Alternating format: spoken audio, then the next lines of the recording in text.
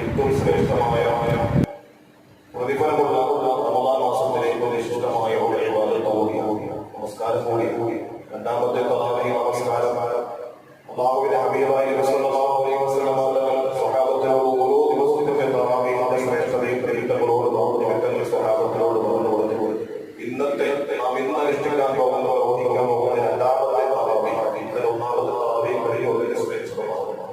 രണ്ടാമത്തെ തറാവീഹിന് നബി സല്ലല്ലാഹു അലൈഹി വസല്ലം സ്വഹാബത്തിന് പഠിപ്പിച്ചു കൊടുത്ത പ്രതിഫലം യുഗ്ഫറു ലഹു വലി അബവൈഹി ഇൻ കാനാ മുഅ്മിനൈൻ.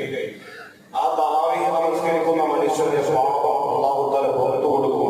മാത്രമല്ല വലി അബവൈഹി ആ തറാവീഹ് നമസ്കരിക്കുന്നവന്റെ മാതാപിതാക്കൾക്കും ഇൻ കാനാ മുഅ്മിനൈൻ ആ മാതാപിതാക്കൾ മുഅ്മിനീങ്ങളാണെങ്കിൽ സത്യവിശ്വാസികളായിട്ടുള്ളവരാണെങ്കിൽ ആ തറാവീഹ് നമസ്കരിക്കുന്ന മനുഷ്യന്റെ അവന്റെ വാപ്പയ്ക്കും ഉമ്മയ്ക്കും കൂടി അല്ലാഹു തആല പുറത്തു കൊടുക്കും. രണ്ടാമത്തെ ദിവസം തറാവീഹ് നമസ്കരിക്കുന്ന മനുഷ്യരിൽ ആദരവായ നബി സല്ലല്ലാഹു അലൈഹി വസല്ലം പഠിപ്പിച്ചു.